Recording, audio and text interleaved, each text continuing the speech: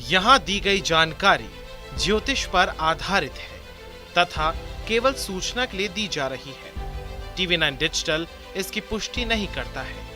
यहाँ बताए गए किसी भी उपाय को करने से पहले संबंधित विषय के एक्सपर्ट से निजी तौर पर सलाह अवश्य लें।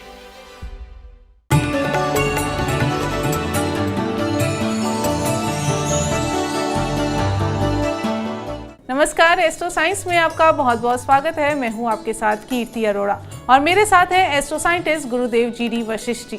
सर, आपका बहुत बहुत स्वागत है। दाता खुशियां दे, माता रानी सुखी रखे। दुनिया की रीत है कि बेटी पराया धन होती है। माता पिता अपनी बेटी को बड़े नाजों से पालते हैं, उसकी हर इच्छा को पूरा करने में कोई कसर नहीं छोड़ते। लेकिन क्या हो कि बहुत ही आदर सम्मान के साथ पली बेटी को ससुराल में इज्जत ही न मिले, बेटी को अपने मन को मानना पड़े और ससुराल वाले मायके से बेटी के सभी रिश्ते खत्म करवा दे। सोच के ही दिल दहलता है ना। तो अगर आप भी चाहते हैं कि आपकी बेटी ससुराल में खुश रहे और उसका मान सम्मान बना रहे, तो इसके लिए आज का एस्ट्रो साइंस आपके लिए बहुत खास होने वाला है। तो कहीं मत जाइए, क्योंकि आपकी बेटी के हर दुख को दूर करने का उपाय बताएंगे हमारे एस्ट्रो साइंटिस्ट गुरुदेव जी वशिष्ठ जी।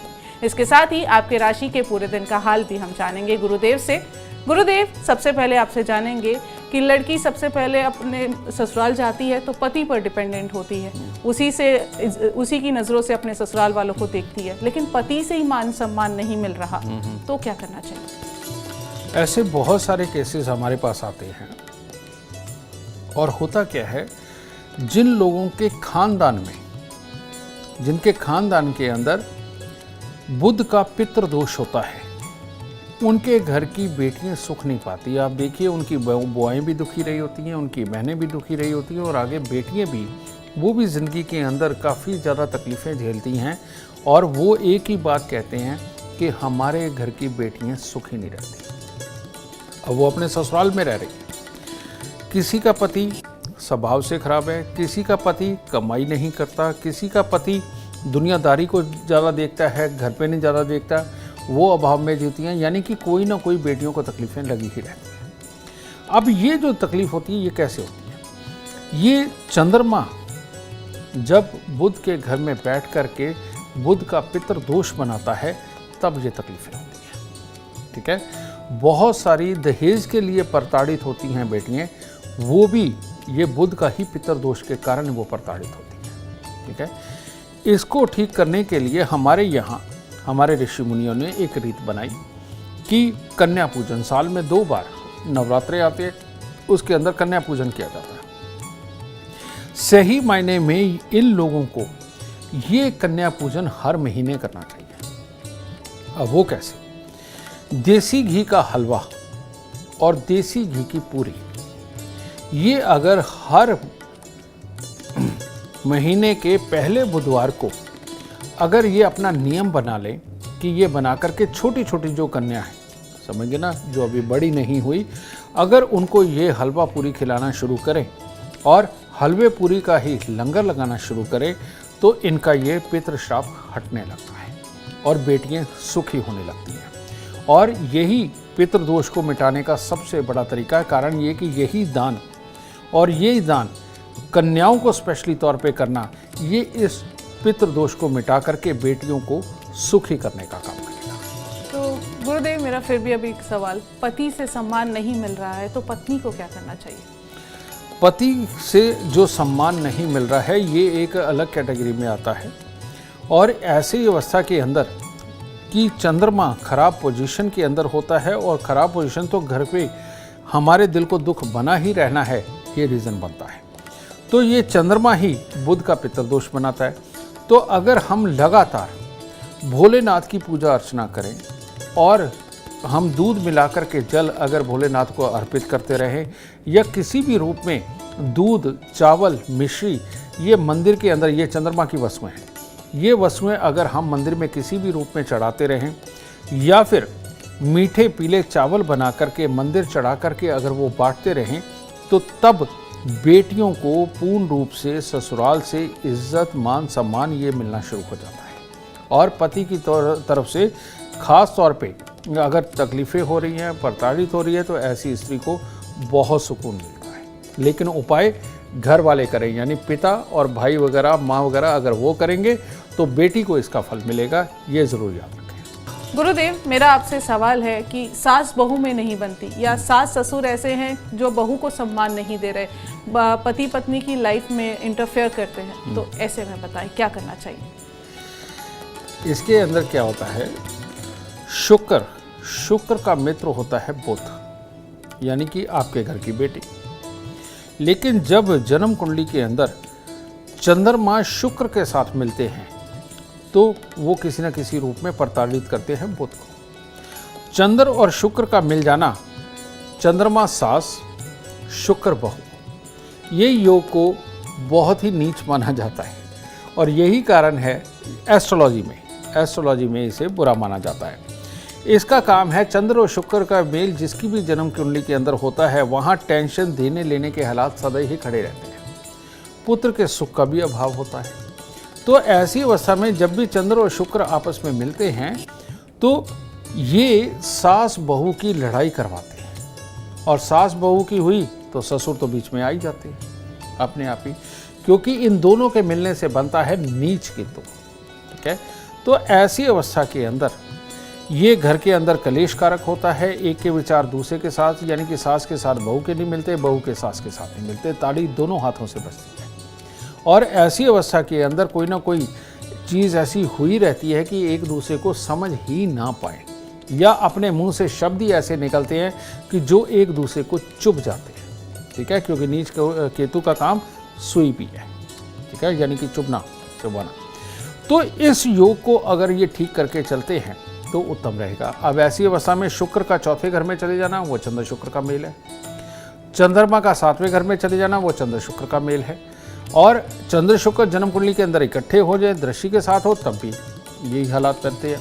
तो ऐसी अवस्था के अंदर सबसे उत्तम कि बेटी के गले में चांदी की एक ठोस गोली, यानी कि बुध को स्थापित करना बहुत ज़रूरी है। और ये चांदी का एक पिंजरा बनवा के तारों का, उसके अंदर ये गोली रखना, और जो कि अगर पिंजरा हिले तो घूमे भी, ऐसी बेटी को पहनाना, ये बहुत उत्तम रहेगा।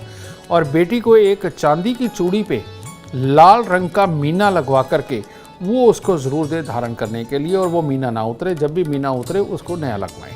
तो ये कर लेने से ये चंद्र और शुक्र की लड़ाई को बुध बीच में पढ़ के, मंगल बीच में पढ़ के इसको अच्छा करता है।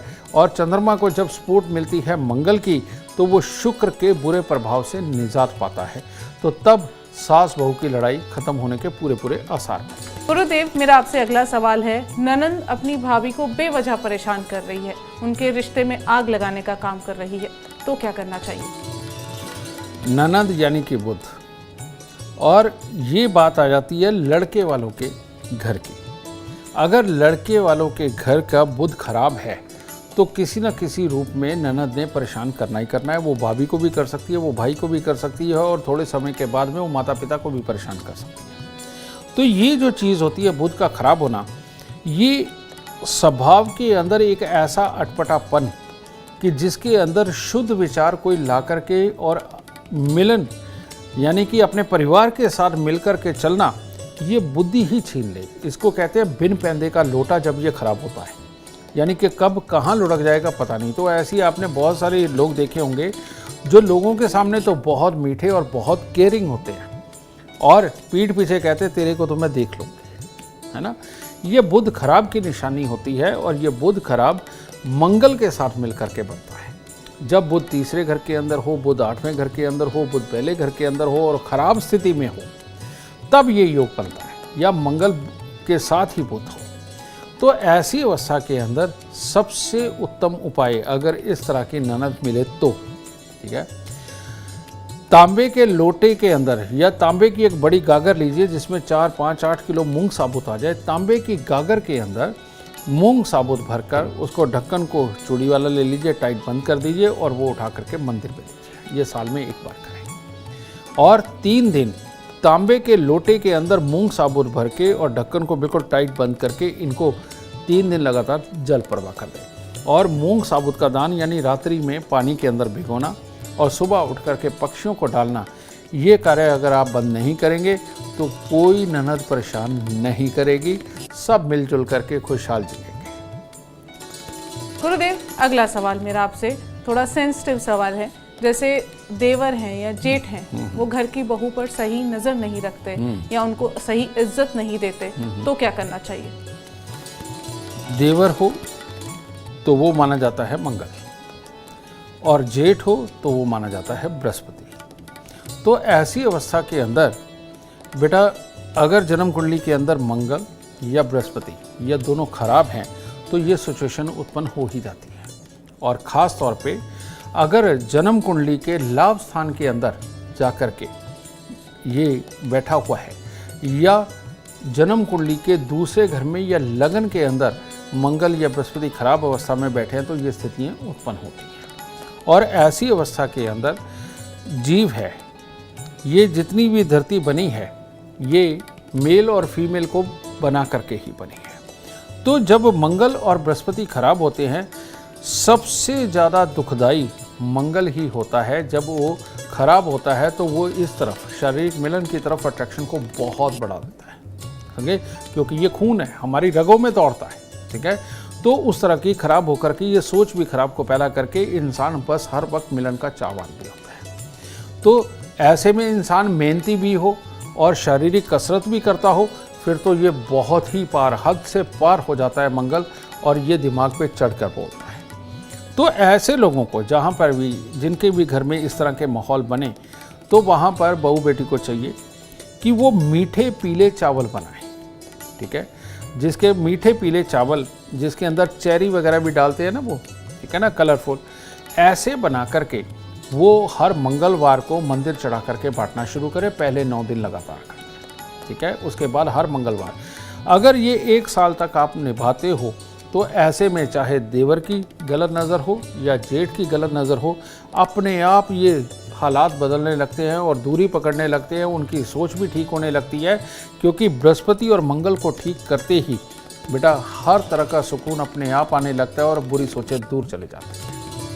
गुरुदेव, मेरा सवाल है, क्योंकि हम ससुराल पक्ष की बात कर रहे हैं, तो कभी ऐसे होता है बच्चे भी बड़ों की बातों में आकर अपनी माँ को सम्मान नहीं दे रहे, तो क्या करना चाहिए? ये योग बिल्कुल अलग है, इसका ये ससुराल से कोई संबंध नहीं है। ये होता है पापी ग्रह जब चंद्रमा को खराब करते हैं, तो माँ को दिल के दुख, शारीरिक दुख, मानसिक दुख, ये सब झेलने पड़ते हैं। और ऐसे में रुपए पैसे प्रॉपर्टी में भी दिक्कतें बनती है, जो पूरे परिवार की बनती है, जिसमें बच्चा भी पिसता है और माँ भी पिसती है। और जो तुमने सवाल किया कि बच्चे माँ को तकलीफ देते हैं, ठीक है, वो बच्चे जिनका सूर्य और चंद्रमा खराब होता है, ये लोग टेंशन देने और लेने का ही काम करते हैं, समझे। और ये जो योग है, ये चंद्रमा और सूर्य के कमज़ोर होने से बनता है, जो कि गलत और सही को ना पहचानना और गलत की तरफ ज़्यादा अट्रैक्ट होना, किसी की भी बातों में आ जाना या अपनी मानसिकता की ही बातों में आकर के कुछ गलत समझ करके घर के अंदर कलेश वाले हालात पैदा करना, तो ये चंद्र और सूर्य की कमी के कारण होता है। तो ऐसी अवस्था के अंदर इन बच्चों को क्या करना चाहिए, इन बच्चों के लिए क्या करना चाहिए? दूध में आप मिश्री डालें और उसमें आप गेहूं का दलिया बनाएं, यानी कि गेहूं यानी कि सूर्य, या बाजरे का दलिया यानी वो भी सूर्य है, ठीक है। तो इनमें से किसी का भी ये दलिया बना करके अगर 9 दिन पहले लगातार आप मंदिर चढ़ा करके बांटते हैं और उसके बाद हर सोमवार को अगर ये आप बांटते हैं, तो ये सूर्य और चंद्र अच्छे होने शुरू होते हैं और बच्चे की तरफ से आपको जो इमोशंस चाहिए, जो अट्रैक्शन चाहिए, जो एक फील चाहिए, वो आने लगता है। लेकिन खराब ग्रह तो अभी भी खराब कर रहे हैं, तो ऐसी अवस्था के अंदर इनको खराब करने के पीछे शनि, राहु और मंगल ही होते हैं। मंगल जब खराब अवस्था में होता है, तो ऐसी अवस्था में हर शनिवार को 1 नारियल पूजा वाला, 10 साबुत बादाम और 10 छुआरे ये लेकर के ये किसी भी गरीब को या तो दान दीजिए या जल प्रवाह कीजिए। ये 2 उपाय मिलकर के बच्चे को अपना बना देंगे और ये दुख को बहुत दूर भगा देंगे। बिल्कुल। गुरुदेव, मैं आपसे एक और सवाल पूछना चाहती हूँ कि हर माँ बाप चाहता है कि बेटी उनकी ससुराल में खुश रहे, तो बेटी को कोई तकलीफ ना हो, वो हमेशा खुश रहे, सुखी रहे, संपन्न रहे, तो माँ बाप को क्या उपाय करने चाहिए? यहाँ पर बुध जब पीड़ित होता है तो पक्षियों को दाना डालना सबसे उत्तम उपाय है, और सबसे ज़्यादा अमृतमयी जो उपाय है वो है सतनाजा। सतनाजा इकट्ठा करके अगर आप हर रोज पक्षियों को कुछ ना कुछ डालते हैं तो उससे बुध सुदृढ़ रहता है और यानी कि आपका बुध ग्रह अच्छा होने लगता है। और ये बुध ग्रह अच्छा होना ये बेटियों को ही सुकून देने के लिए होता है। पिता को चंद्र पूजन ज़रूर अपने जीवन के अंदर इख्तियार कर लेना चाहिए। माँ को चंद्र पूजन ज़रूर इख्तियार कर लेना चाहिए। वो क्या है, माँ सोमवार का व्रत रखे जिससे कि बेटियों को सुकून और शांति मिलती है। और पिता भोलेनाथ के भक्त बन करके उनके ऊपर जल चढ़ाना, मिश्री चढ़ाना, चावल चढ़ाना, खोई की मिठाई चढ़ाना ये ज़रूर करते हैं, ठीक है। और गेंदे के फूल की माला आप अगर देवताओं को पहनाते हैं, देवियों को पहनाते हैं तो ये भी बुध है। तो ऐसी अवस्था में बुध दूसरे घर के अंदर राजयोग कारक होता है। तो ये इतने से ही उपाय अगर करते रहते हैं तो घर की कोई भी बेटी हो उसके दुख अपने आप खत्म होने लगते हैं। गुरुदेव, जैसे हमारे यहाँ पे एक चलन है कि बेटी की जब विदाई होती है तो बेटी के हाथ में किसी भगवान की मूर्ति रख देते हैं या कोई धार्मिक चीज़ रखते हैं, तो ये भी इसी लहजे से जुड़ा है कि बच्ची को आशीर्वाद मिलता रहे और ससुराल में सुखी रहे। बेटियां घर की इज्जत हुआ करती हैं और संसार में बहुत सारी जगह ऐसे होता है कि इज्जत बिखर जाती है, टूट जाती है, खराब हो जाती है, ठीक है।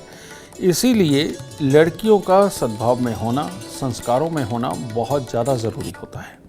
तो ऐसी अवस्था के अंदर परमात्मा का पूजन, परमात्मा को साथ में देना बच्चों की हद को बांध के रखता है, ठीक है। और आप देखिए जब ये संस्कार प्रबल थे तो इन सब चीज़ों का बहुत ख्याल रखा जाता था और बेटियों की इतनी मनमर्जी नहीं हुआ करती थी। लेकिन आज की डेट में जब हम ये पूजा पाठ संस्कारों से दूर जा रहे हैं तो बेटियों की हदें खुल गई हैं। वो स्वतंत्रता मांगती हैं और स्वतंत्रता तो ज़रूर होनी चाहिए। पहले भी घरों में स्वतंत्रता ही हुआ करती थी, सिर्फ एक चीज़ से रोका जाता था कि कहीं नाम ना खराब हो जाए। लेकिन आज नाम खराब करने के नाम को ही स्वतंत्रता माना जाता है। तो ये संस्कारों की एक तरह की कमी है जो कि बच्चियों को ज़रूर देने चाहिए। और उसके लिए बचपन से ही बच्चे को पूजा पाठ का माहौल देना आपके लिए बेहद ज़रूरी है। परमात्मा का डर नहीं, परमात्मा को समझाना बहुत ज़रूरी है। और परमात्मा का डर भी होना चाहिए कि गलत काम करने पे परमात्मा किस तरह की सजाएं देता है। बेटा ये अगर हम समझा करके चलेंगे तो ये ज़्यादा अच्छा है। इसीलिए घर से विदा करते वक्त कोई भी धार्मिक मूर्ति या धार्मिक तस्वीर बेटियों को दी जाती है ताकि वो ये बताए कि परमात्मा अब तेरे साथ ही जा रहा है और वहाँ जाकर के भी गलत काम से डरना है और परमात्मा को साक्षी मानते हुए अपने परिवार के लिए तुमने सारे शुभ और बहुत बढ़िया कार्य करने हैं। इस मंशा के साथ बेटी को परमात्मा के साथ विदा किया। उम्मीद करते हैं गुरुदेव की बताई बातें आपकी बेटी को सुखी और संपन्न रखेंगी। और अगर आप भी जीवन में सफलता चाहते हैं, अपार धन और लाभ चाहते हैं तो गुरुदेव के बताए उपाय जरूर करें। उम्मीद करते हैं आपको आज का विषय पसंद आया होगा। कल आपके सामने लेकर आएंगे एक और विषय जो आपकी कॉम्प्लिकेटेड लाइफ को बना देगा आसान और खुशियों से भरपूर। अगर आप हमारे गुरुदेव से मिलना चाहते हैं या पर्सनली बात करना चाहते हैं तो हमें कॉल करें। हमारा नंबर है 9999900522। आप भी सुख समृद्धि और खुशहाली चाहते हैं और चाहते हैं कि आपके दुखों का अंत हो जाए, इसके लिए एस्ट्रो साइंस ऐप डाउनलोड करना ना भूलें। फिलहाल समय हो गया है आपसे इजाजत लेने का। आप बने रहें हमारे साथ और हमारे एस्ट्रो साइंटिस्ट गुरुदेव जी वशिष्ठ जी के साथ देखना ना भूलें एस्ट्रो साइंस रोजाना सुबह 8 बजे। नमस्कार।